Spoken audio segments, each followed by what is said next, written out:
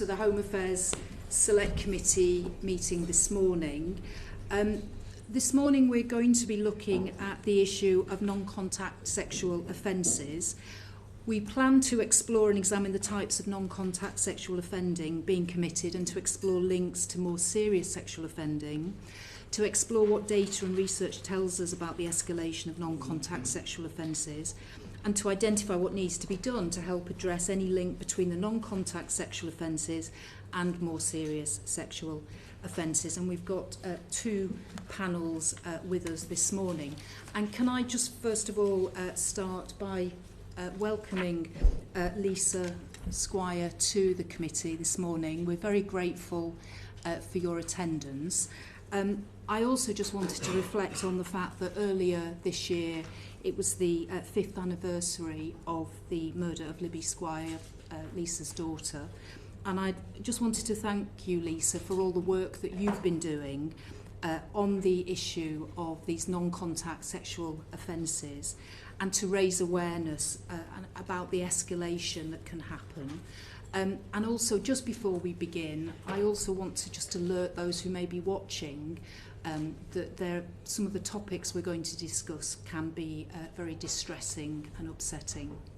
So if I could just start us off, Lisa, could you just explain to the committee about your involvement with this whole issue around what's called non-contact sexual offending and why you're campaigning on it?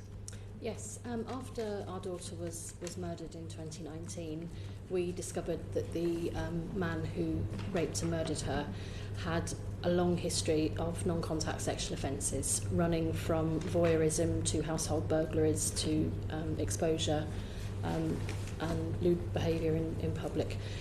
So to me, I never questioned as to why the police hadn't caught him, because his offending was very different on each occasion. But I could see a link between his offending and then the eventual rape and murder of my daughter. And over the 18 months prior to her dying, he had escalated massively. And nobody seemed to know anything about it, or it was still, to me, was still seen as like the seaside postcard. Oh, you know, dirty old man flashed at you, you know. And it's not that. It's incredibly serious. Not all non-contact sexual offenders will go on to rape and murder, but some do. And to me, you need to, if we can stop it here, then we're going to save women and girls from the absolute trauma of being raped. And could you say something about the attitude of the police and what they said to you about this? Yes, I work quite closely with Thames Valley Police and with the Metropolitan Police. They all want to stop it, but you know they realise they can see how difficult it is, mainly because it's not reported. Women and girls do not report non-contact sexual offences very frequently. So I have been trying to change that and say to girls, and when I go into schools and talk to school sixth forms predominantly, and say to them, if you are a victim of a non-contact sexual offence, you absolutely have to report it. The police have online reporting systems, so you don't have to speak to somebody. They just need to know where, when, and what happened. So the police can, again, the police I've been speaking to can see the escalation, and they do want to stop it. So when I've been talking to the new recruits at the Met, I have been saying to them, you know, if you have a report of a non-contact sexual offence, you absolutely have to take it seriously. How widespread do you think this is? Very widespread. I think if we're in a class of 30 girls, you know, if you had 30 20-year-olds, I would imagine 75% of them would have. But I found it very difficult to find data about how many offences there have been. So I think there's a lot of work to be done around data, you know, and collecting the information. But yeah, I mean, I have a huge circle of friends, and each and every one of us has been a victim of a non-contact sexual offence. And Libby herself, in November, before she was killed, rang me to say she had been a victim of a non-contact sexual offence. And I didn't tell her to report. She was absolutely furious, and I talked her down. I didn't think to tell her to report it because I didn't know better then. I know better now. And you think not reporting it is because women feel that it wouldn't be taken seriously by the police? Yes, partly that, but also I think we've been conditioned over the years to it's just something that happens. But that's not okay. It's it's a crime of intimidation. It's a crime of entitlement. It's not okay for men, and most normal men don't do this. So I'm not tarring all men with the same brush because 99.9% of men are wonderful. But yeah, I think we've just been conditioned from our mothers and their mothers and their mothers. It's just something that happens, and you weren't hurt, well, not physically, but emotionally, and it's very traumatising. And your work with schools and young women in particular, do you feel the attitude is changing, that there is that willingness now to come forward and speak about it? I do. I started doing that about 3 years ago, and even in the 3 years since, I see younger girls, sort of 14, 15, 16, they're very, very much on board with, well, if it happened to me, I would report it. So yes, I think it's slowly, the tide is turning, but we've got a lot of work to do. Right. Thank you very much. Tim Lawson. Mrs. Squire, I vaguely remember this case, and then having looked at the notes, what I hadn't appreciated is the background to the perpetrator, and a serial offender with some pretty gruesome things happening, which I don't think most people know. No. And this does appear to be a crime, whether it's a gateway crime to then really serious sexual offences leading to, in this terrible case with your daughter, murderers as well. And I think you have to be applauded for trying to get something done about this, because it's just not on the radar. And a lot has happened around sexting, upskirting, revenge porn. So this is taken, those things are taken seriously, but this hasn't. So just to follow on from what the chair was saying, is it a combination of people thinking, your phrase, oh, it's just a dirty old man, but the age group most likely to be perpetrated was 30 to 39, I read. So these are not just dirty old men, not that that's acceptable in any way. So is it that people just don't take it seriously? It's one of those things still. Is it because they do take it seriously, but they feel the police don't, in which case they're wasting their time reporting it to the police? Or is there also some embarrassment? We did a study on spiking, which is another problem which the government is hopefully at last getting to grips with, where a number of people who've been spiked were too embarrassed to then report it as a crime, even though it might have led to some sexual offences or robbery or whatever as well. Where do you think the biggest, so this isn't a question, this is a speech, where do you think the biggest problem is in terms of getting the law changed and attitudes changed? I think it's a bit of all of that, to be fair. If you're a younger girl, to actually have to say the words, what happened, to actually have to use the anatomically correct phrasing is embarrassing for young women. I think they would, I spoke to one girl and she said to me, but I didn't see his face, so I couldn't tell you what he looked like, because that's not what you're not looking at the face. And I'm like, yeah, so she was mortified because she felt that, well, I don't want to say what happened. I think the police historically haven't taken it seriously. I think our mothers, the older generations, it was, like I said, it was just one of those things. So I think we've got to change the whole narrative around it. But I do think there's a lot of embarrassment. There's a lot of, oh, well, I wasn't hurt. And I don't want to waste the police's time. And they're not going to catch him anyway, are they? There's a lot of that. And I say to the girls I speak to, it's not about the police catching that man that night, because that's not going to happen. But what they've got is data, and they've got the numbers. So if all of a sudden in an area they've got 10 offences over a weekend where they would normally only have one, they know there's an issue. They will go out. Yeah. They will they will investigate it. And even if you can't identify a face, the fact you've identified somebody who was in a red bomber jacket and another person in a red bomber jacket, that suggests that somebody has a serial problem that they need to look out for. Do you think 30 plus years ago, getting drunk in a pub and then getting into your car was oh, he's a bit of a lad, isn't he?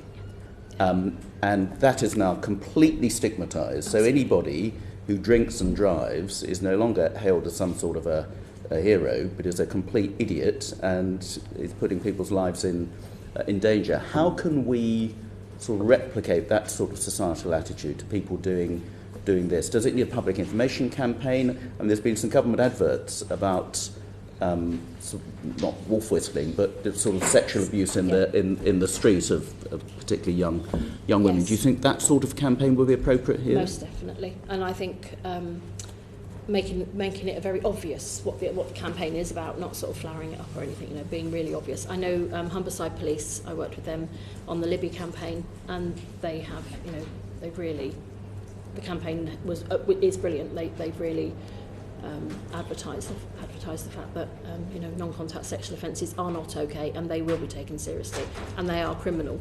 So I think we need to have a lot of government pushing of this is a criminal act, and actually sentencing and all of that needs to be harsher. It's a slap on the wrist for a majority of people or men if they're caught.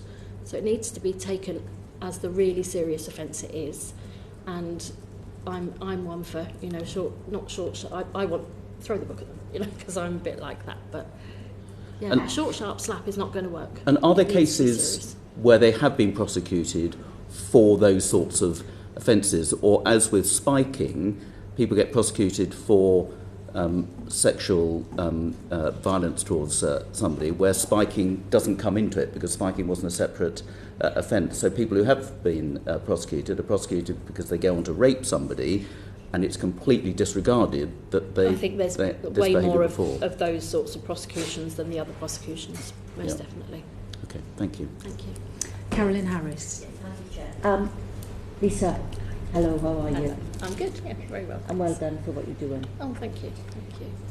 What would you like to see happening? So what's your image? What is it you think that we should be doing to stop the escalation from the exposure, if that's what it is, or the non-sexual contact, to stopping rapes and the worst? I think it has to start in schools. We have to educate our boys that this is not normal behaviour, and yet put a lot of education in. We have to educate our girls in saying that if you are a victim, you report. So those two things go hand in hand. I would ideally like to see, in an ideal world, men would behave themselves and there wouldn't be any of this, but we don't live in an ideal world. I think that if a man is caught and prosecuted, as I said, it should be, a fairly harsh sentence. He also needs treatment, because we need to go into treatment services to unpick what his thought patterns are that make him think that is okay to do that to a young girl walking down the street minding her own business, or somebody waiting at a bus stop or sitting on a tube. Because it's no good just keep punishing people unless they learn that what they're doing is wrong. I work with children. I'm very much you don't just tell a child off. You have to explain what's wrong, tell them what's right, and unpick those thought patterns, because it's not normal. So and I personally, if a man like my daughter's murderer, 2 hours after killing, raping and murdering my daughter, or our daughter, he was out on the streets looking for a second victim. He has got life with a minimum of 27 years. He was 24 when he killed Libby. He'll come out and do it again. So in my opinion, if you murder, you should stay in prison for the rest of your life, because in any murder circumstance, because then we are taking those people off the streets who were a danger to people. So I'm thinking specifically about if someone is actually... I'll tell you a story, which is a true story. About a year ago, a very close family member of mine who was very, very vulnerable, a 65-year-old woman, was raped in her home by someone she felt was a family friend. We went to court in September. It was a week-long case, and within the second day of the court case, the defence barrister tried to use my family member's vulnerability as a reason why the sexual intercourse had occurred. The prosecution barrister was able, and I didn't know that this could happen, but was able to say at that point, with permission from the judge, that the defendant some 15 years previously had been found guilty of sexual exposure 3 times in 1 year.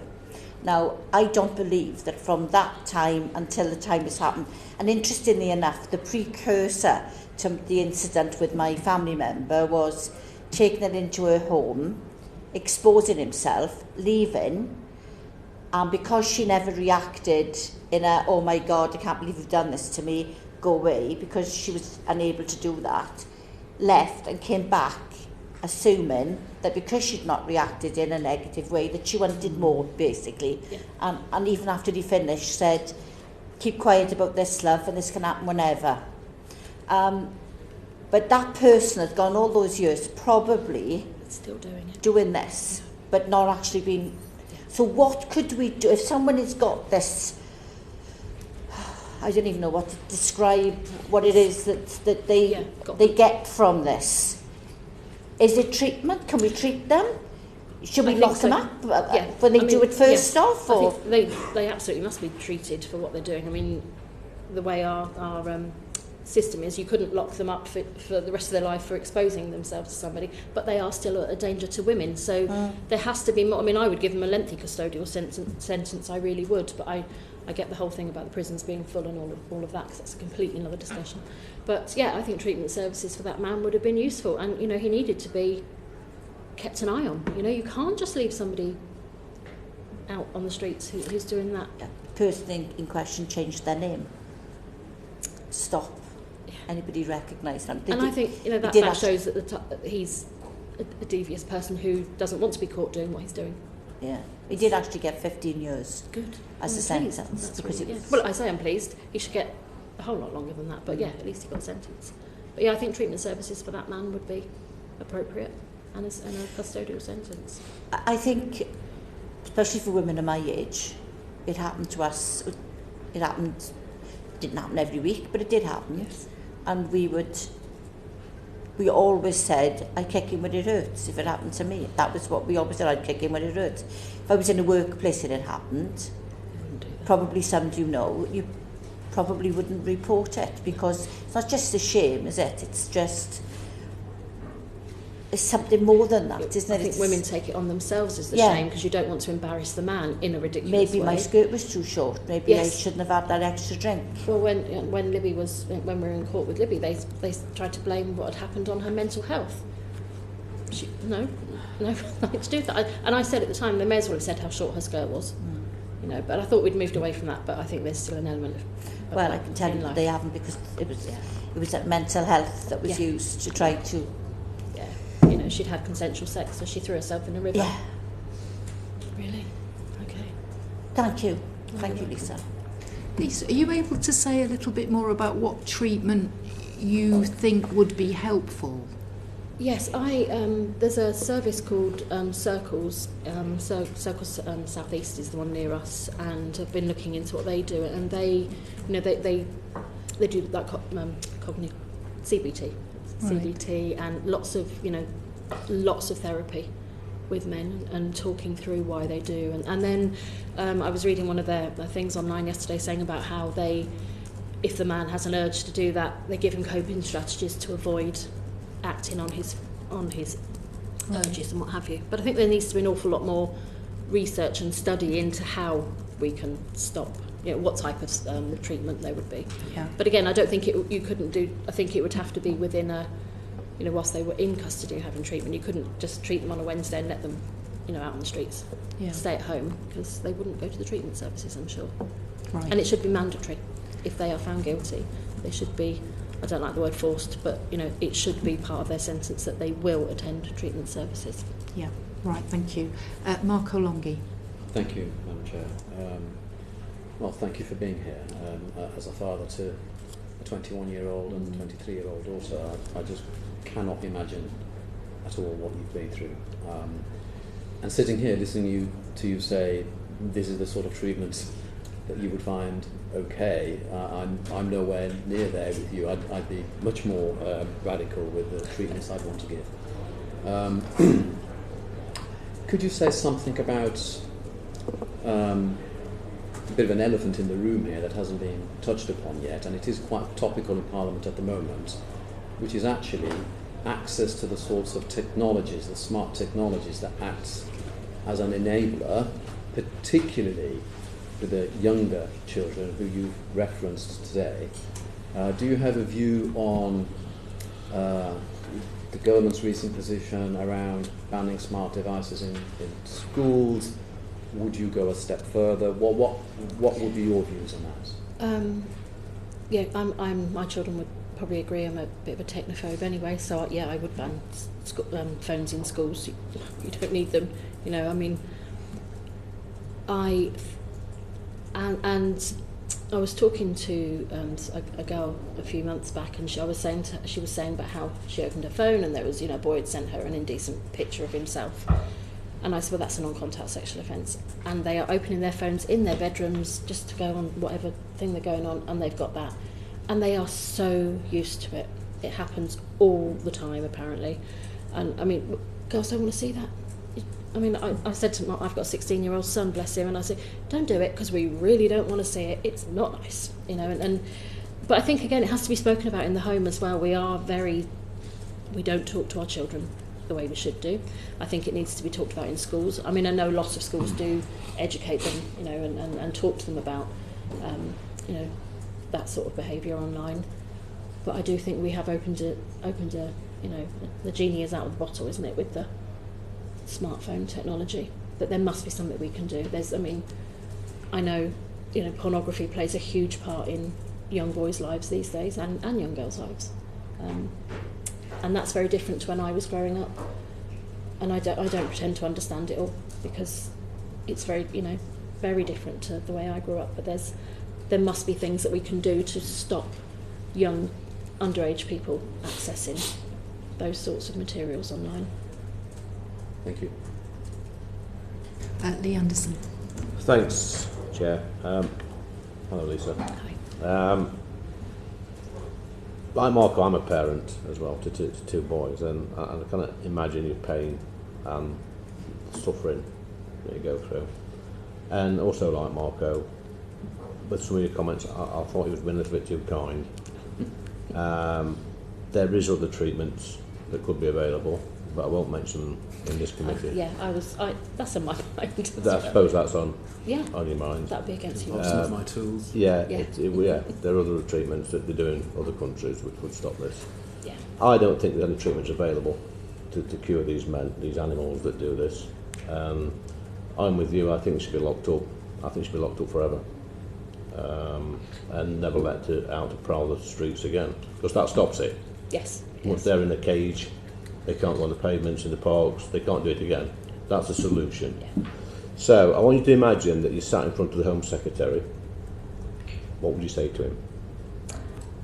In a case of a non-contact sexual offender or a Anything rapist? to stop this happening again. What would you want to happen? I would have that man locked up for life. Yeah. If a man had, well, if I knew, you know, what happened to Libby, I would have him in prison for the rest of his life. Yeah. And especially in the case of rape and when he murdered her, because he's taken her life. Yeah. She was 21, he was 24. She's never going to get to go abroad for Christmas. She's never going to. I bought her a spa voucher a month before her birthday. It was her 21st birthday. We never got to go on that spa break together.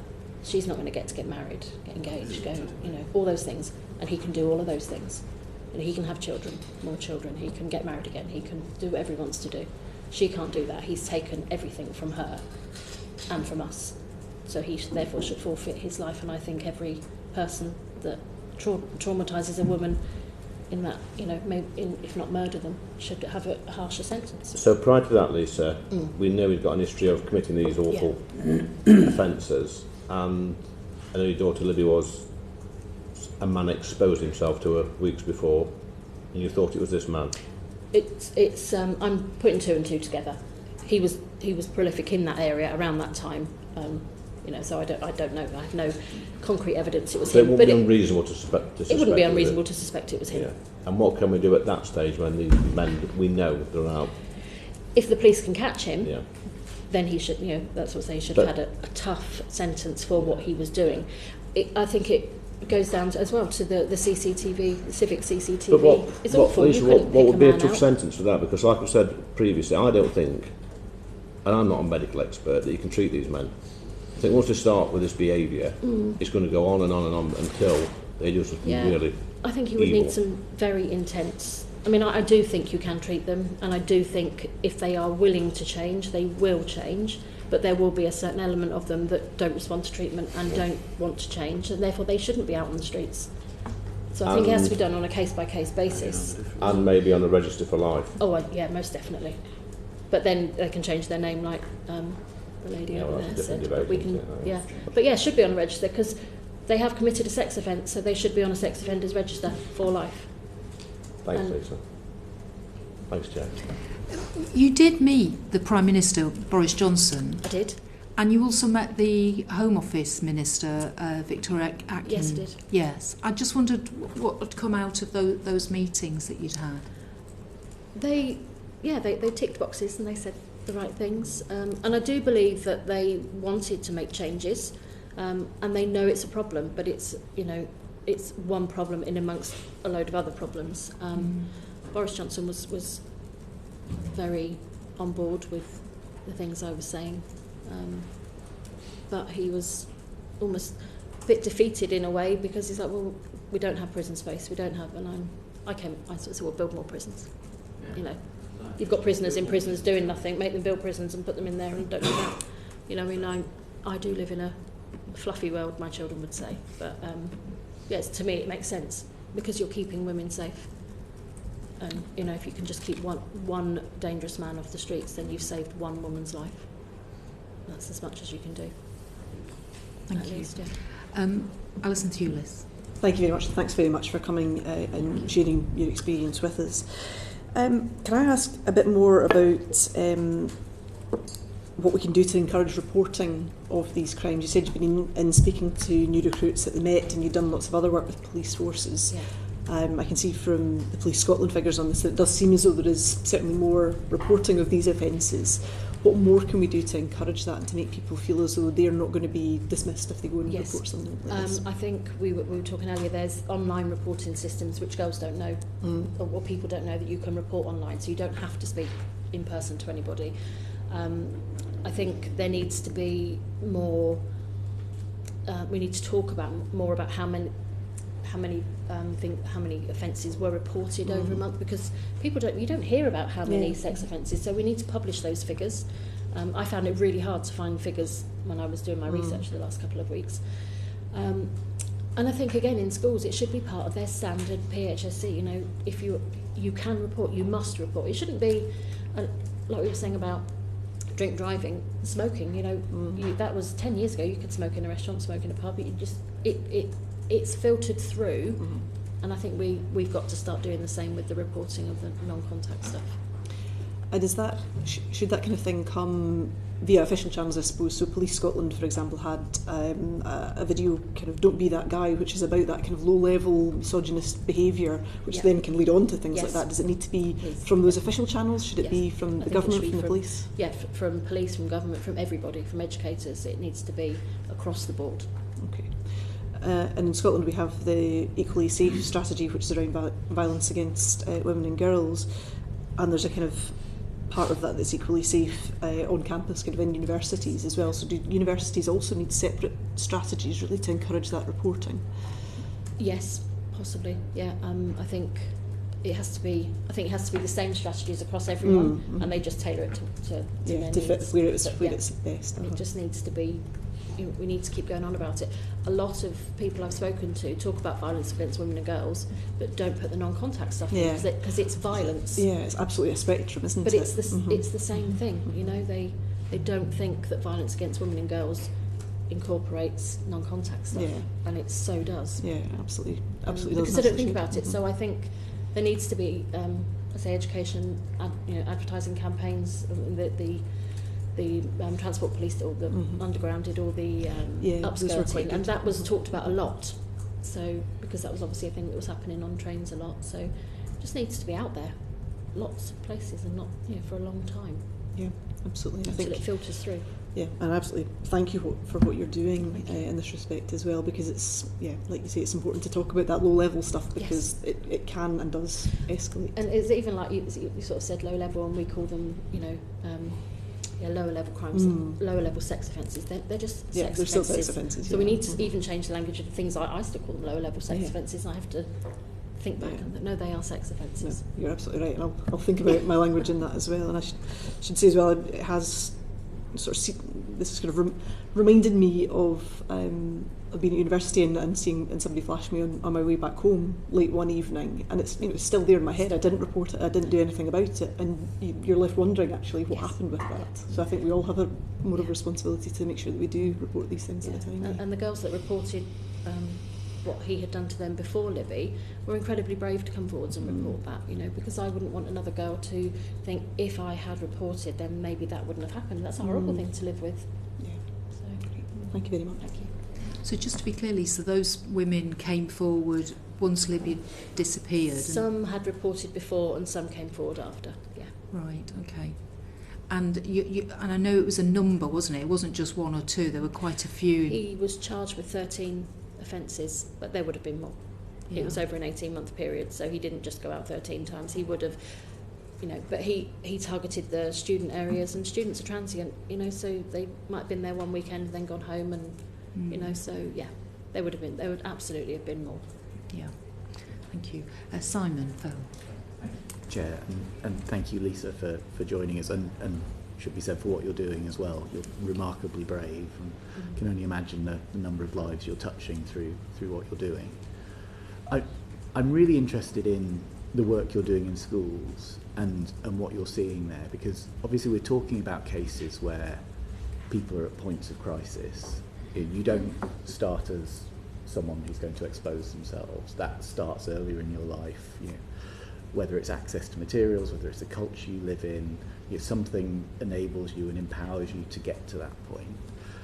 So I just wonder whether you could talk a little bit about the culture you're seeing when you talk to young people, what they see as acceptable these days, what they see as something they can dismiss because it's so common, and what you think we specifically should be doing in that area to try and build up our defences, improve reporting, make sure we don't get more of these people getting to those points of crisis. Yes, we've been doing. I'm doing some work with Thames Valley Police. We are devising at the moment an education package to go into sixth forms around the whole, non-contact stuff and safety at university, or all of the thing. We've done some focus groups with various schools, and we did a focus group with a boys' school, and a focus group with a mixed group of people that I went to those two, and it's very different. What the boys think and what the girls think. The boys know what's acceptable and what's not. I think there's an element of, if their mates are doing it or their mates think it's funny, then it's that being brave enough to call it out, to sort of say that's not okay to speak to a woman or do that. That's really hard for young men to do. Girls they don't want to make a fuss, so they know it's wrong, but they accept it. So I think they all know what's right and wrong, but it's whether it's given them the power to and the confidence to call it out and act on it.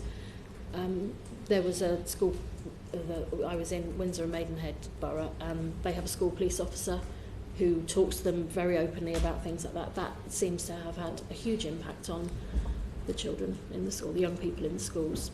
And I think it has to be a specific learning package, for them.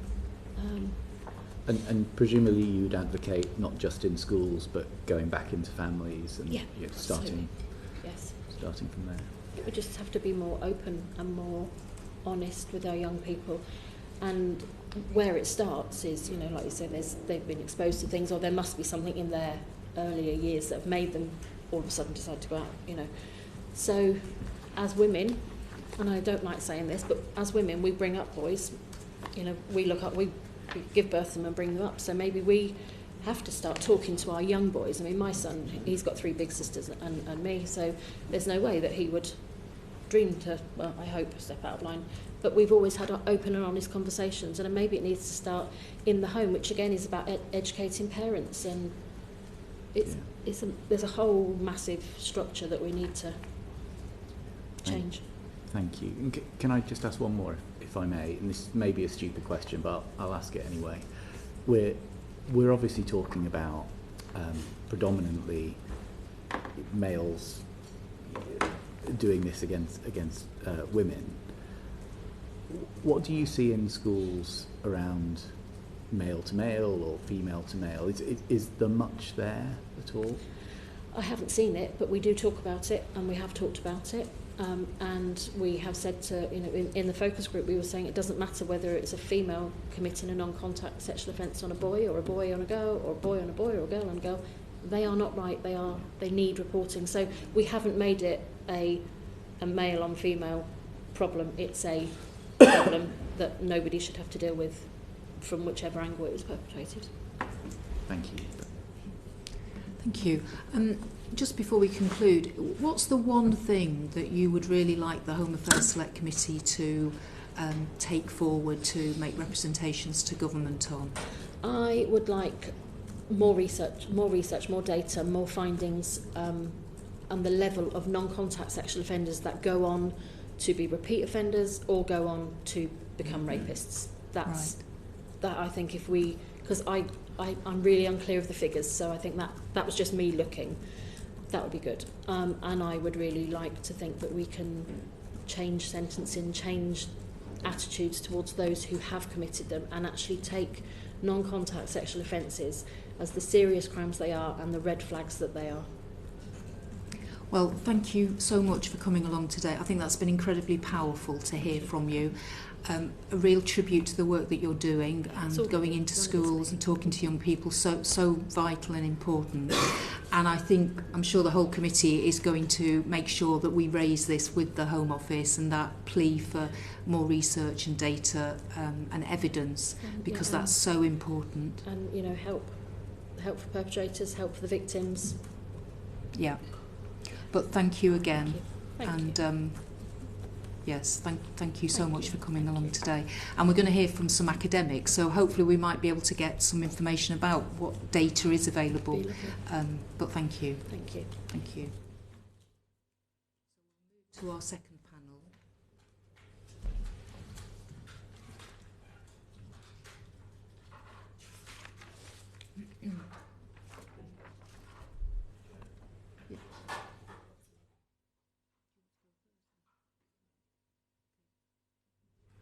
Have you got to go?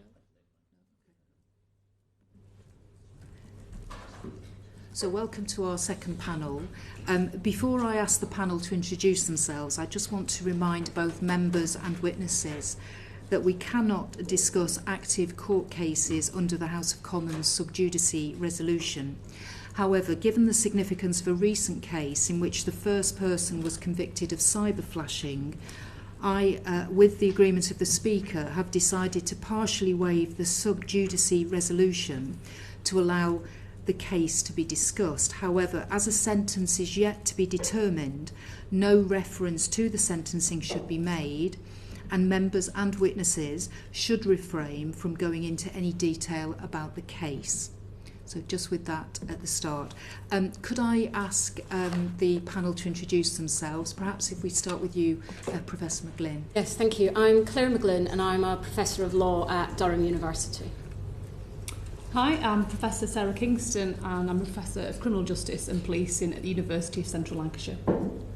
Good morning, I'm Katrin Hohl. I'm a Professor of Criminology and Criminal Justice at City University London and also the Independent Advisor to the Government on the Rape Review.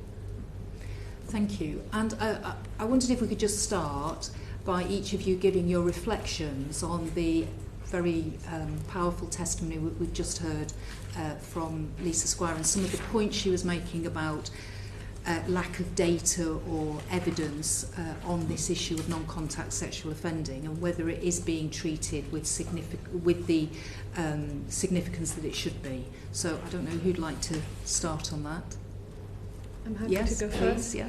I think Lisa really illustrated very well when we don't take it seriously, where it can lead.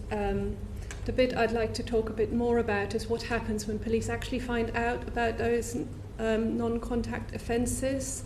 My research and that of others has shown that it's not actually as straightforward. So I'd like to talk a bit more about the problems around why is it so difficult, even when victims come forward, for that to result in perpetrators being stopped. So I'd like to talk a bit more about that, and also perhaps about how we can encourage victims to come forward and report it. So those two topics, I think, I need more exploration. Okay, Evan, I'm happy if you want to do that now. Okay, right. Okay, so what happens when somebody reports a non-contact offence to the police? That one then goes to typically a non-specialist volume crime units. So it's going to be handled alongside the whole range of those crimes, so potential crimes. So that could be fly tipping, stolen bikes, shoplifted lipsticks, common assaults, youth being a nuisance in the park. They are not specially trained officers who know about sexual offending behaviour. It is not going to land on the desk of somebody who will place that in context of that knowledge. One officer said to me, it's not even treated as a crime. It is structurally separate, so it isn't going to... Lots of police forces have specialist rape and serious sexual offence units, so they will deal with the rapes, they will deal with the sexual assaults by penetration, they will not deal with these ones. So it doesn't go to a specialist. The second point is that the point Lisa made so beautifully was, if only police have the data, they can do something about this. I'm afraid to tell you that is not the case. Data, intelligence, is the lifeblood of policing. It's what you need to put these pictures together. But data is treated as if it's abstracting officers from policing work rather than as the basis. So 10 years ago, police crime statistics lost their national statistics status because the quality of the reporting was so poor. It's improved, but the details are not recorded. Even when they are recorded, there are barely any crime analysts left to look at the data. When we saw the uplift in officers of 20,000 officers being recruited, that's officers, that's not police staff. So we are depleted of analysts who could spot those patterns. So we haven't got the infrastructure. A further point is that, say it lands on the desk of a motivated officer who wants to look up, say they identify a named person. All officers can go on the police national computer to look someone up. That will only tell you about people who've had cautions or convictions. There is also the police national database, P&D, that will also tell you if somebody has been a named suspect. Now we know that the conviction rates are in the low single digits. The vast majority will have never had a caution or a conviction. But you need a license to go on the P&D. It is not unusual that on shift there is no one there who currently has a license to use it. They're restricted. So they mightn't, what everyone assumes is the first thing an officer does is look up that named person. A lot of the time they can't. So that check is delayed or it is missed. That means officers are searching the rock pools and ignoring the ocean. So there's a problem around the quality of the data, ability to access and analyse it, recording of the data, but then also it doesn't go to a specialist. Unless you have specialist knowledge about sexual offending behaviour, it is very unlikely that you're going to join the dots. I could go on, but I'll stop here. No, that's very, very helpful, and I'm sure we're going to have some questions on that. So if we just work our way through the panel just to see if those initial thoughts about what was being said in the previous panel. So Professor Kingston. Thank you. Yeah, just to come back to the question about the challenges around data. For many years, voyeurism and exposure have been lumped together. So I know that Lisa had mentioned about statistics on the extent and prevalence of exposure nationally, and it's difficult to identify that because it's been lumped with other sexual offences. And so that was part of the reason why we undertook research to try and understand the scale of the problem nationally, scale of the incidents nationally. We conducted an FOI request to 43 police constabularies and got data on 15,000 approximately incidents of exposure nationally. And it identified that, we've probably got a larger issue than many people in the general public would realise. So in terms of the data, it is available, but obviously it's lumped together under other sexual offences. There have been reports that have been undertaken that have tried to identify the scale of exposure nationally. Definitely further work and research is needed to understand this issue more thoroughly.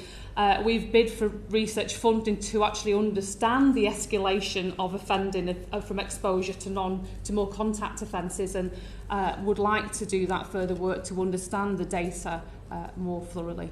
So you said you'd bid for funding, you've not got it? Yeah, we've bid 3 times. Unfortunately, we've been rejected on the basis that there was further ongoing work that I'm not aware of, and I've asked my National Police leads if they're aware of this research, and they're not. So I would have loved to have come here today to be able to tell you about our research that's identified some potential triggers, key characteristics that might indicate that offending escalation from non-contact to contact offences, but unfortunately we've not been funded for that research. That said, our police colleagues in the north of England, where I'm based, have supported our indication of doing further research in this area, and Lancashire Police have said that I'm happy to be named today to say that they support this research going forward. So research is definitely needed to understand that escalation from non-contact to contact offending. That said, there are research projects which I'm happy to talk about if you'd like me to now, that indicate that there is a link, but I think that thorough understanding of research is much needed. Just so we're clear, who is it you're applying for funding to do this work? So we applied to the Economic and Social Research Council, and we applied to the Police Star Fund as well. Right, and you were turned down by both? Yes. Okay. Yes, unfortunately. Right. It's just the nature of grant applications to funding bodies. It's understandable, but we would love to do that further work. I mean, our intention is to do that work with the police, because we've worked with police data and worked closely with police constabulary, so we want to understand from the data that's available, and there's obviously issues with the data that's available, which I'm happy to talk to later in the session. But there is data available, and we can work with that data to potentially identify those triggers, key characteristics, which might indicate that we can understand that someone might go on to escalate and offending. Now, nobody very nicely mirrors the overall cohort trends that we might identify, but it would give an indication to the police in terms of who they might focus on going forward. Okay, that's very helpful. Professor McGlynn. Yeah, thank you, Chair. First of all, I'd like to, thank Lisa Squires for all the work she's done in this area. I mean, she speaks so eloquently and powerfully about her experiences, and keeps on reminding the public about the prevalence and the harms of these types of offending. So that's very powerful. 2 then other brief reflections. 1 following on from Katrin talking about reporting and Lisa Squire's work to try and encourage more women to report. When women have been asked about street harassment and why they don't report, the main things that they've said is that they don't know it's going to be taken seriously. They don't know what the police do with the information, and they'd like different forms of channels, so i.e. some forms of anonymous reporting, so that they can give intelligence but without having to actually go through with a formal police report. So I think one step that we could be taking is to do more work to introduce some forms of anonymous reporting, so that the police can get more information about these types of offending, and more women might then be willing to come forward and also give that information. So I think that's one concrete thing that we could be taking forward at the moment. My second reflection is the discussion. I'd like for us to think about how we are framing some of this discussion. The language of escalation tends to assume a kind of linear pattern, in the sense of the low level leading to the serious, and it's this one linear escalation or gateway. I'd like us to talk about more patterns of offending, so offenders who might be committing acts of rape, but sometimes they then also go on to commit exposure and other offences. And there's such a wide range of different interrelating offences. I think it's better to talk about patterns, and that's also because the online environment complicates this so much more that we can talk about. But secondly, these types of offences we're talking about in and of themselves are serious and harmful and significant. And I don't want us to go forward just taking them seriously because they might lead to something later. We need to take them seriously in and of themselves right now. That's very helpful, thank you. Lee Anderson. I've not got a question. Marco, okay. I don't look much like him, do I? Could I pick up on, I think, Professor Hohl's points and subsequently Professor McGlynn's as well? As members of Parliament, we are constantly, particularly with regard to the police, presented with issues, and we're trying to judge the balance between what we can say and do from a policy perspective in contrast with what's happening at a police level, which is operational. Mm-hmm. And we are often told we shouldn't be venturing into the operational side of things. Much of what you said, Professor Hohl, strikes me as an operational matter. Perhaps you can correct me if I'm wrong, if that's not the case. Should there be something coming from a policy perspective that therefore identifies some of the operational requirements more specifically for the things that need to change as you listed? Or do the police already have the operational delegated authority to enact some of the very much what I would deem as common sense things to do to achieve what you were implying or setting out explicitly? Yeah, you're obviously absolutely right. Police have and should have operational independence, and some of these are operational matters. Now, we didn't go into the wider framework yet as to why do we find ourselves in this situation, and that, I think, does speak to what priorities are, strategic priorities are, what government strategies are, where the focus is. The focus at the moment is very much on rape and so-called serious sexual offences. And in policing, as well as, I would say, in policy and strategy setting, it's all reactive. It's about, once something's already happened, what's going to be the criminal justice response? What's going to be the sentencing? Prevention is much better than prosecution. A life sentence will not bring back Libby. It will not undo the crime.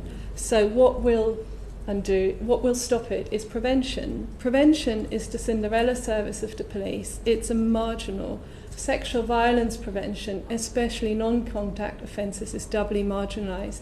And it even shows in government strategy. There are a few nods to it, mostly couched in terms of escalation, not taking it serious in and of itself. And if you want these things to change, there has to be priority afforded to it, has to be resource afforded to it, and there has to be the data and evidence to underpin lawmaking and policy making. And as my colleagues have alluded to, and Lisa has alluded to too, is there's an absolute lack of data to underpin any of this work. So I do think that this isn't merely a matter for the police to sort out. I do think there is responsibility that can be taken by government too. Okay, thank you. If someone is actually found guilty of a non-contact offence, what would be the process in place around whatever the sentence would be? For example, would DNA be taken? Would they be monitored? Would there be ongoing contact to try to establish how that person is dealing with the situation or potentially looking to re-offend? Or are they just sort of fined or whatever and then that's it, nothing else happens? Do you want to go first? Yeah, happy to. So in terms of the police response, and this is something that came up from me when Elisa was talking about, I guess, the responses that the police and the criminal justice system can make to exposure offenders. And you may or may not be aware that in terms of the way that registered sex offenders are managed, they will be actively managed by the police. Now, subject to the charge and sentence of an exposure offender, that would have a difference in terms of how they were managed by the police. Now, the Sexual Offences Act, Part 2, Schedule 3, identifies that there are certain thresholds that need to be met for an exposure offender to be registered as a sex offender, and that leads to notification requirements that will be different from somebody who isn't meeting that threshold. So that will lead to a different response by the police, because if they are registered as a sex offender and are subject to notification requirements, that therefore means that they are managed by Mosovo teams, for example, those who were specially trained for managing sex offenders within the community, whether released from prison or subject to a community order. What is just on that point, just so we're clear, what does that actually mean? What's the exposure? What's the threshold? Just so we all understand. So according to the schedule, Part 2, Schedule 3, so somebody under 18s who is in prison for 12 months will be subject to notification requirements. A person who's over 18, the victim would be under 18.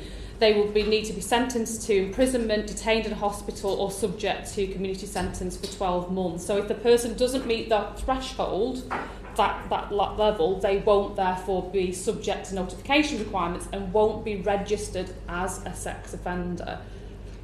So they would need to meet that threshold to be registered as a sex offender. So someone, for example, who'd been found guilty of sexual indecent exposure, for example, they probably wouldn't get a custodial sentence. The person that they've exposed themselves to is over 18, so they would not be on the sexual offenders register. There would be no monitoring of that person. What if they reoffended? Would that change, or would it still the same? So there are categories that a judge would decide in terms of sentencing. Again, that will be taken into consideration that they've reoffended. But there are categories that the judge would determine whether they fit that category or not, and therefore that would have an impact again on their sentences and whether they are then registered as a sex offender. So it all really depends on the severity of the exposure offence and the reoffending. Is there any reason why any kind of offence like what we are discussing now should not put that person on an offenders register? Is there any reasonable argument to say no, they shouldn't go on there? I don't know if I can answer that, but I think it's a really good point, because obviously this is a serious sexual offence, and I guess it goes back to the issues we've started to discuss, and I know Lisa mentioned about the response to exposure. So, people in the US have argued for decades, Landstrom and Firestone, that this is seen as a public nuisance rather than a criminal justice issue. And certainly when we look at, there was a police officer in the UK who made the point that it's often seen as a joke and that people often laugh it off.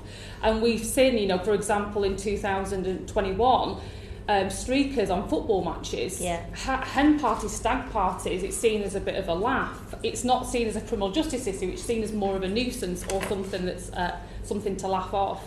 That said, research in the US has identified that between 33 and 52% of women have been a victim of exposure during their lifetime. We don't have that statistic for the UK, but indications from the US is anywhere up to 52% of women have been a victim of exposure.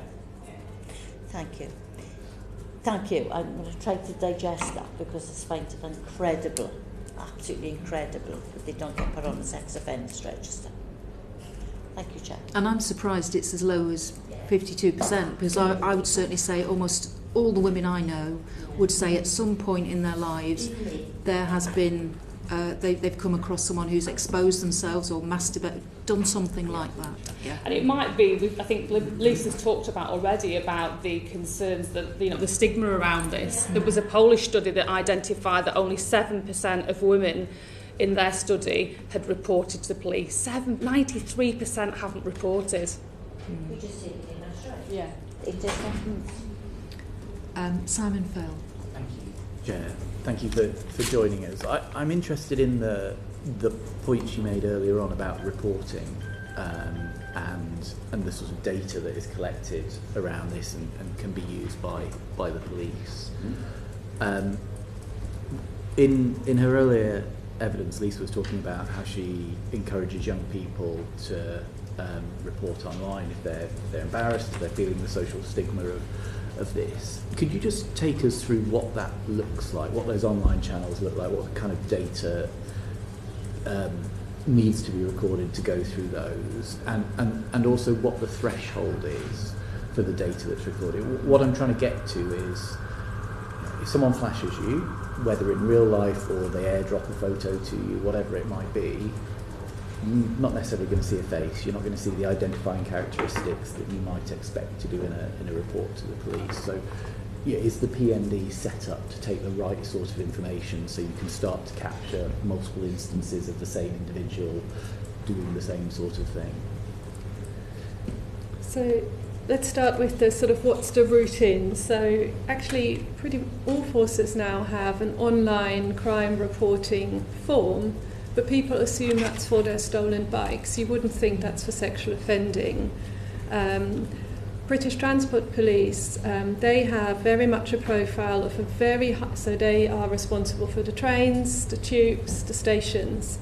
Their profile of offending they get is very much around a high number of non-contact offences, people men exposing themselves on trains and so forth. So I've done quite a bit of work with them around this topic, and they've introduced a specialist reporting form for sexual offences that would give victims control over what they wanted to say. So for example, do I just want to say what happened, or do I also want to give my name or not? So you have some control over to what extent you want to be involved, alongside some help information. So for sexual offending, whatever the nature, it's really important that it's not just feeding information in, but there is some mechanism to say, here is where you can get support. So, and they've introduced that, and they looked at the quality of the reporting, and they found actually victims are very good at telling them what they needed to know. And they also found a way of feeding that into their main, so it registers on their database just the same way as any other way of reporting. So they've created that system. They're doing quite a lot of advertising around it. But this is really the route you need to take. You need to, victims don't think about that as for them, the form where you say my laptop has been stolen, and the sort of wraparound of providing referrals as well. So that's then there. Once it's in, there is huge variety. We've got 43 different police forces. They all have different IT systems. Some allow for systematically searching for patterns better than others. It's not very consistent. And could that be patterns based on items of clothing? Yeah, they could. But normally that work is done by the crime analyst. So you have somebody who has to think, I feel there have been quite a lot of men in red jackets. And then they could, depending on police force, do particular searches, and that's sometimes how prolific offenders are then identified, but it typically requires a person. Now we know that sounds the sort of job AI might be very good at, is finding patterns of places, of offending types, behaviours and so forth. The technology isn't there, but also the resource around analysts to do that work isn't there at the moment. So I think that there would have to be a concerted effort or a strategy that would direct attention and resource towards it. Yeah. And what would your recommendations be with regards to sort of standardisation across forces for what that reporting mechanism looks like? Mm-hmm. So at least they're able to report the same data. I think the reporting forms don't necessarily have to be standardised, but the data should be. So data should be freely shared between police forces in an accessible manner, because that intelligence, that is the basis for everything. So there'd have to absolutely be an investment into those sort of infrastructures. And that would benefit all other crime times as well, right? So that's across. I think also we need to move away from this artificial distinction between rape and serious sexual offences and the low-level offences over there. So, for example, Operation Soteria was about rape and serious sexual offences. We did propose it should be rape and other sexual offences. But because of the structural issues in policing I mentioned earlier, where these investigations sit, that wasn't very straightforward to do. So again, it would sort of require a shift of thinking as to how we look at sexual offending and whether we really can afford to attach such low priority to non-contact offences. It would require investment in those infrastructures and the learning and development. If you haven't got the specialist knowledge, the data isn't going to help you. You need to know what you're looking for. Yeah. And may I ask, you used a brilliant analogy in your opening remarks around rock pools and oceans. What are the barriers that stop wider access to that ocean of data so we can better interrogate it and find some of these people responsible? They are very practical barriers. It's because the PND has licenses, so police forces have to buy licenses, and there's a certain number of licenses they have to go on, and then officers need to be trained to use them. So it might be you have a license but no one on shift. If I may, is that an operational issue, or is that something that policymakers need to issue an instruction for, which was part of my question earlier? There is something for you as policymakers to do here, because if you have particular requirements around how data is collected, stored, counted and accessed, you absolutely could turn some levers here. It's, as is so often the case, policing is hit with so many things to focus on, so many priorities. If there is no political pressure, no pressure from people like yourselves to invest in it, it's not going to get near the top of things to do. So absolutely there is something you can do around that, I would say. Sorry, last question if I may. Just on that, has there been any research done on either the on the efficacy of widening out that access? So what you get in terms of more hits, more data, stronger cases, if you can start to look at that wider pool. There are some case studies, again I'm aware of a number of British Transport Police where when people, you can send a text message to them and they will get someone to potentially meet you on that very train to involve. So they've had some successes through these individual case studies where they've been very effective in using that. The other thing that can be done is we've talked about taking these cases to court, getting convictions and so forth.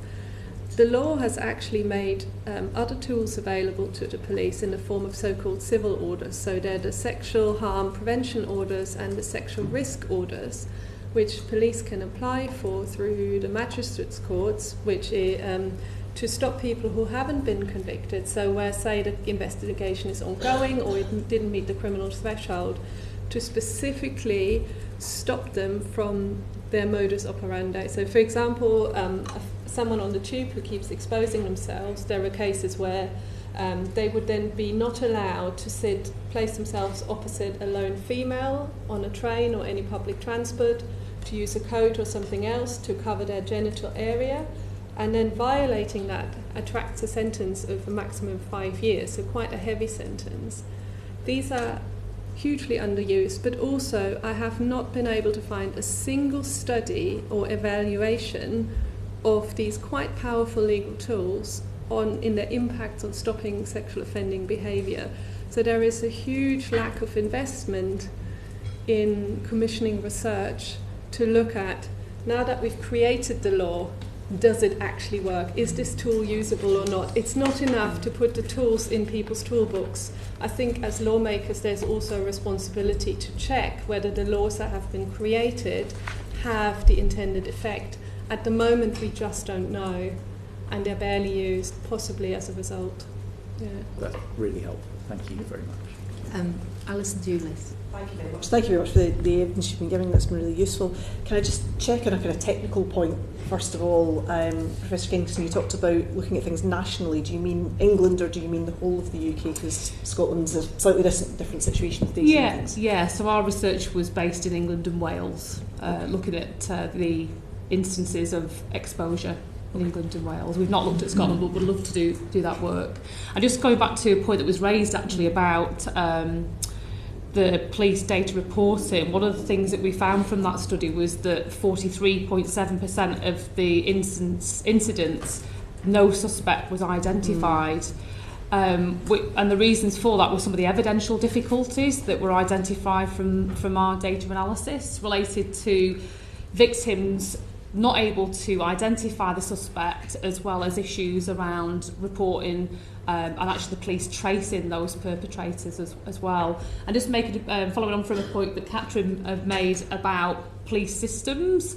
So there was a change in some police systems, and historical data isn't always as easy accessible. So actually, in terms of looking back through history, it's more challenging for the police to actually make those links with what's happening today, given that police systems have changed going forward. And there are differences in terms of the systems that are used, and that really came to us in terms of the data that we received, because it was given to us in different formats, which meant we'd had to do a lot of data cleaning. The ranges of information that we were given was slightly different, the coding was slightly different, so a national kind of approach would be incredibly helpful in terms of understanding the data that's available much better. Okay.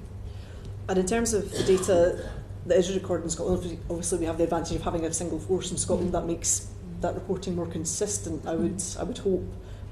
In terms of that, I was looking at some of the figures for Scotland, and the figures that they had for voyeurism, which they said was 514 crimes recorded in 2022-23. They reflected in the report that they had that had been on an upward trend, slightly lower more recently, but on an upward trend generally. Do you feel that is because people are more confident to report, or because it's more prevalent? It's a difficult one to answer. Just thinking about the change in culture that's happened over the last few years, there's been people have changed their patterns, obviously because of COVID, and we're socialising more, so that might have an impact in terms of the data and the statistics that you're making reference to. Can I just add to that? Scotland's criminalised some forms of cyber flashing for a lot longer than England and Wales. So some of the changes in some of the Scottish statistics could be in relation to reporting of cyber flashing. But my understanding is that there's not enough of a breakdown to know whether it's a cyber flashing or other forms of exposure. But it could be related to that, why they're increasing. Because it would make sense that changing technology, of course, is bringing about new crimes. Yeah, it's easier to do something on your phone than to go out in the street, for example. Yeah, absolutely. Do you think that needs a different type of response if it's online rather than somebody on a street corner? Well, I think, again, that for me would come back to this about patterns, because for some cyber flashers, they might have similarities to individuals who go onto the street and expose themselves. But some cyber flashing goes to more of the other points that were being raised earlier about, cultures of communities amongst, young men and bravado and that sort of thing. So it's not possible to say that all cyber flashers, if you like, are similar to all those who are out physically, but there will be some connections, and that's why we need to understand, I think, as patterns. Professor Hohl, have you got anything to kind of add to this, I suppose, in terms of differences in approach or differences in data between Scotland and the rest of the UK? Not particularly on that sort of difference between the two, but across both, it's probably fair to say that police have, over recent years, tried to become better at recording. So some of the increase might be due to better recording of those types of offences. But not otherwise specifically on Scotland. Okay. And in terms of strategy, we've had Equally Safe now, and that strategy has been renewed. Does that cover enough of the spectrum of offending, the spectrum of violence against women and girls? I know that it was updated because I spoke with some colleagues in Scotland about that in terms of the online dimension, to raise awareness and ensure that we're taking that online dimension into account. So I know it's doing that in a positive way. We're also bringing forward further legislation in Scotland on misogyny as a hate crime. Is there more that needs to be folded into that type of legislation? Would that be useful on a UK-wide basis? It's not. Views differ on whether that's the best way, I think, to approach some of those issues.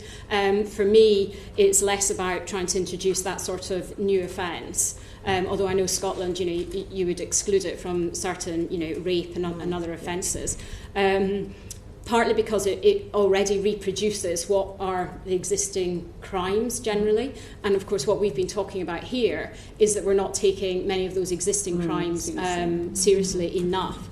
So for me, it would be about trying to ensure that many of these crimes, including the online dimension, are taken much more seriously across society, but then also by police. I don't think myself we actually need another misogyny hate crime offence to actually do that. We need to concentrate on what we've got, because it can cover most of it. Yeah, okay. So I'll keep going with the bell.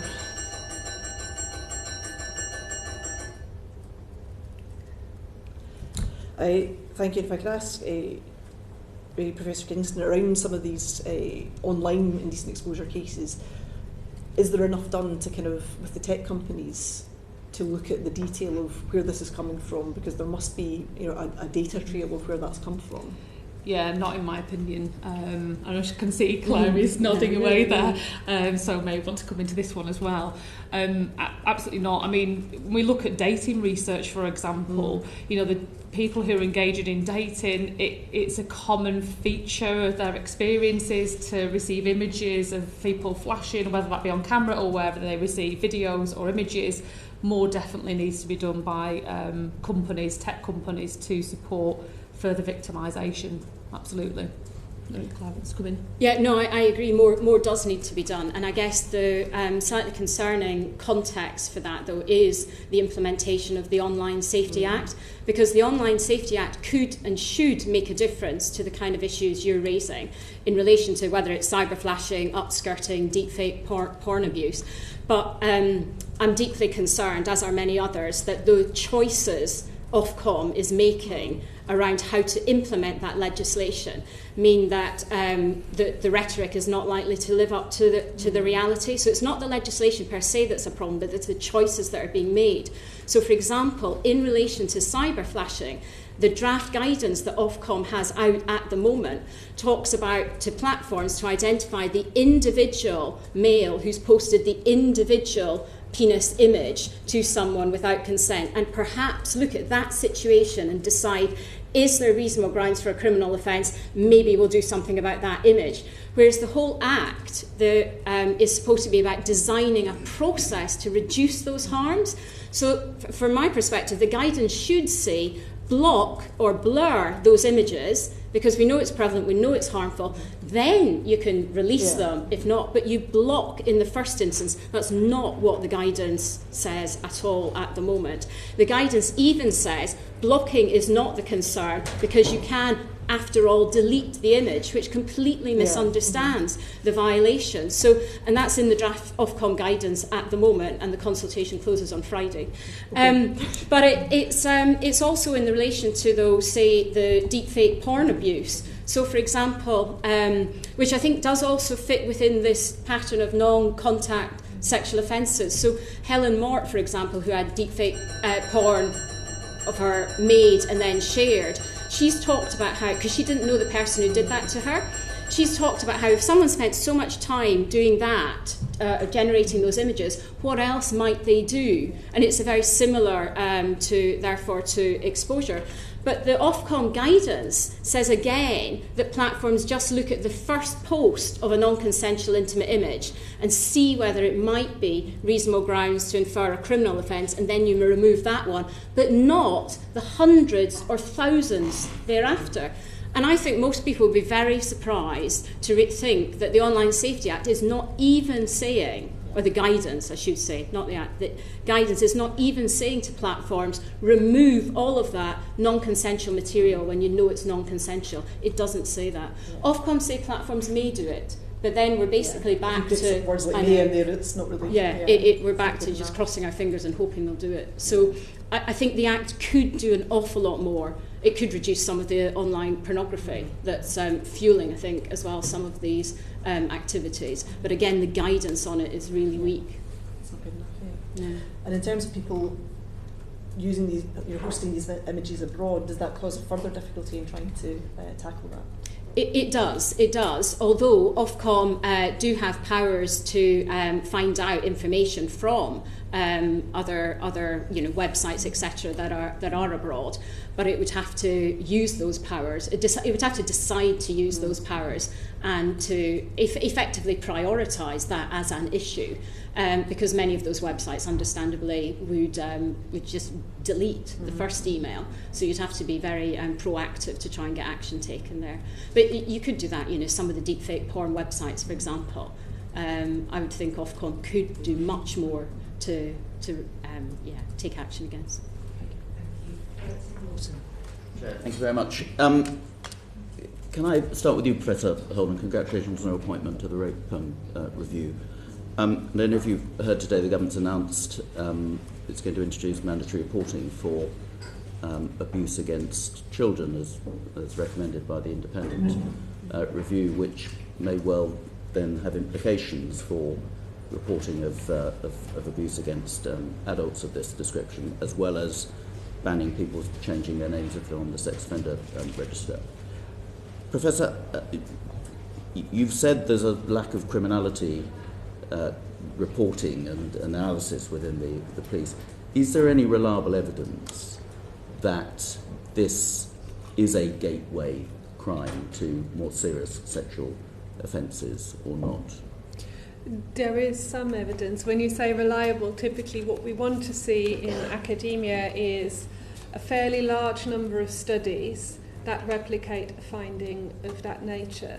Now, because there is such poor data collected on it, so within policing, but also within academia, that the focus has largely been on studying convicted rapists in prisons. I think it's fair to say that we don't have the very strong evidence base that we'd like to see. There are some studies, and I know Sarah has copious notes on those, so I'll pass that to her to share with. But it is a finding to note, is that we haven't invested in research in this area, so therefore we don't have as strong an evidence base as you probably would want to see when you pass laws and make policy at present. Yeah. So again, as with spiking, we're concentrating on people who we know have committed rapes or whatever, which completely disregards the fact that they were doing spiking earlier on in order to get there. So what, Professor Kingston, perhaps you could say, I'm just slightly playing the devil's advocate here because none of this is appropriate. So is there going to be a problem with distinguishing between somebody who is rather the worse for wear at a party, exposing him or her self inappropriately, but in contrast to somebody who goes out in a public place, and the sorts of activities that we heard from Mrs. Squire earlier about the perpetrator against her daughter. Are we going to have a sort of grey area threshold problem there?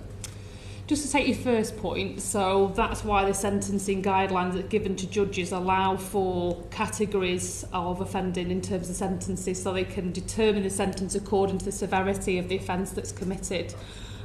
So I guess in terms of it being a grey area, I think sentencing generally is not, there's no hard and fast rule in terms of what should and shouldn't happen, because there's discretion there in terms of sentences within the thresholds that are set. But it is for a judge to decide on the sentencing according to those sentencing guidelines. But just to go back to your first point that you asked, Katrin, about the current literature, it is patchy, particularly on exposure. Internationally, there's been research from around the 1960s up to until about 2020 on exposure, specifically looking at the link between it and other types of offences and also reoffending of exposure offences. And one study in 2014 from McNally and Fremnox, for example, identified that 25% of people in their study had then gone on to commit either further offences or more serious sexual offences. There is research from Canada, Australia and the UK that's identified offending, escalation and also reoffending. However, it's really limited. It's from the 1960s and the last one was 2008, so there is a really dearth of research on this particular topic, and hence why we were so keen to analyse further police data to see whether we could identify anything that would be of use to the police. That said, what we know about police data and reporting is that this is a real tip of the iceberg. What we know very, very little. If we take the Polish study, 7% is reported. it's a fraction of what we know nationally, which, going back to what Lisa was saying about what more can we do to raise awareness, to educate, to encourage reporting, there's certainly a lot more that we could do nationally to support victims and also encourage people to see that it is a criminal justice issue, it's not a nuisance and it's not a joke, and this is something that should be reported. Interesting. So there's a complete vacuum on the analysis, really, of this, by the sounds of it. But Professor McGlynn, I remember many years ago when I was Children's Minister, I had to look at List 99 cases, which were a group of mostly men who'd committed sexual offences against children of one description or another, and they were on the sex offenders register indefinitely until it was decided that they were safe again, and they were all mandatorily had to have treatment's not the right word, but have to go to the Lucy Faithfull Foundation practitioners to analyse whether there was still a threat or not, and get to the bottom of what had caused it. Is that an appropriate approach to first-time offenders or perpetual offenders, rather than just what most might be a caution if somebody exposes himself at the moment? Is that the sort of route that we should go down? I think those sorts of educational programmes are essential. I mean, the Lucy the Foundation does a lot of excellent work with offenders. I think the reality is we need to try and prevent and reduce these harms. In reality, I don't think, we're not going to be able to lock everyone up who's doing sexual exposure, so we have to try and introduce training and education programmes to try and change their behaviours. So that would be an absolute priority for me, without a doubt. So that is, because I remember I had a debate before with the lead chief constable about people who were looking at illegal porn, and there was a suggestion that the police were not taking those sort of offences seriously, but again there's good evidence that is a gateway to committing certainly sexual abuse against children there. So is this a way of getting the police, rather than just to say, well, it's not really reached a threshold, or we'll just give them a caution, but if they have to go in front of something like the Lucy Faithfull Foundation to see if they do pose a serious threat, and if they do, then it becomes a criminal penalty of going to prison or whatever it might be. Do you think we need to invest more in that area? It depends. Well, I think we need to invest more in the area in terms of those sorts of programmes. I don't know exactly in terms of the sort of structure or pattern you're talking about. I don't think I'd be seeing an assessment that then decides, that this is when it needs to be taken forward because you've had that assessment. I'd have to work out the specifics of that. I'm not 100% sure exactly what that sort of pathway or programme is you're identifying, but I think the foundational point, and they do a lot of work, as you say, around illegal pornography, although most of the criminal convictions for extreme pornography arise in connection with other offences. But we don't know that it's necessarily like if you say an escalation. We just know that these are the patterns of offending for many individuals, and they kind of intersect. And most of those offences are actually for bestiality images, because again, that's just what the police easily identify, so they manage to convict on that basis. Can I just go back though to the point you were talking earlier about the kind of grey areas, and you discussed a kind of a party example. I guess just to clarify that the legislation on exposure, the police and the prosecutors do have to prove that you were exposing yourself with an intention to cause distress and alarm. So the inadvertent exposure is not covered, nor the kind of for a laugh exposure at a party, etc. So I guess for me, I'm not so concerned about that sort of scenario, because I just can't imagine it would get through many police or prosecutorial processes, so it's not covered in that sense. Sure, although interesting, yes, I agree. But interestingly, to take the analogy of spiking again, one of the things that slightly alarmed the committee is that most of the spiking was done not in order to take advantage of somebody for sexual abuse or for robbery. It was done for kicks. Yeah. But so this is you have to define when 4 kicks becomes very harmful to somebody or not. Yeah, but that's the spiking is still very different from if you're talking about, you know, kind of an individual in a party who, you know, removes the bottom of their clothes. That's still different for kicks from someone who's spiking another person. But I think the spiking analogy is a really good one in the sense of we need to take that, as you described, in and of itself very seriously, not just if we think it might lead to a rape. It's harmful in and of itself because these are really intimidatory, threatening offences that, you know, impact on you know, many people's lives, predominantly women and girls. And so the spiking, I think, is a very good analogy to what we're talking about here. Thank you. Thank you very much. We're coming to the end of this session. There are 2 things. I wondered if you might all be willing to write to the committee about your views, whether the current government's violence against women and girls strategy is sufficiently dealing with this issue of stopping sexual offending from escalating. I wonder if you could set that out to us. And I wondered as well, Professor Hohl, with your new role, we've just recently seen from the Home Office their review of the last quarter around Operation Soteria and the rape review. We'd be really interested to hear your views on that and whether progress is being made. I know that the 2016 figures was the ambition that was set for returning to those levels. We as a committee always took the view that wasn't ambitious enough, and we'd be very interested to have your views about where we should really be looking for progress to be made.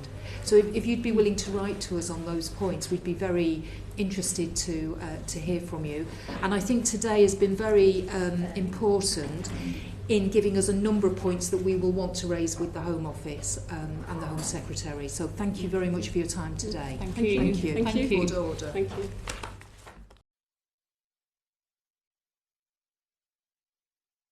The proceeding has ended.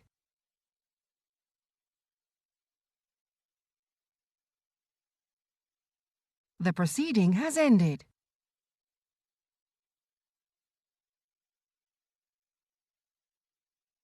The proceeding has ended.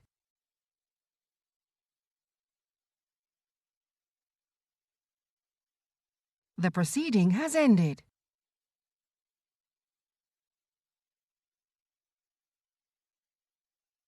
The proceeding has ended.